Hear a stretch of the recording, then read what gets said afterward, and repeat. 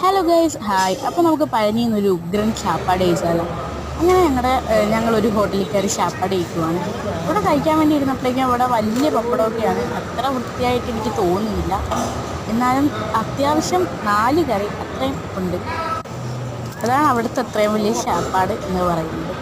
ഉച്ചയ്ക്ക് ഊണ് നമ്മൾ അവിടെ നിന്നാണ് കഴിച്ചത്. അങ്ങനെ ഞാൻ കുറച്ച് വലിയ പപ്പടവും ആ സാമ്പാറും എന്താണ്ട് എലിശ്ശേരി പോലത്തെ സാധനം എല്ലാം കൂടെ ഒരു ഉപയോഗിച്ചു. വലിയൊരു പപ്പടമാണ്, അത് കുഴപ്പമില്ല, നല്ല ടേസ്റ്റ് ഉണ്ട്. ലാസ്റ്റ് കഴിച്ച് കഴിഞ്ഞു എല്ലാം മടക്കി. ലാസ്റ്റ് ഒരു പായസം വന്നു. പായസം കണ്ടപ്പോൾ തന്നെ എനിക്ക് ഭയങ്കര ഇഷ്ടപ്പെട്ടു എന്ന് ഞാൻ പറയും.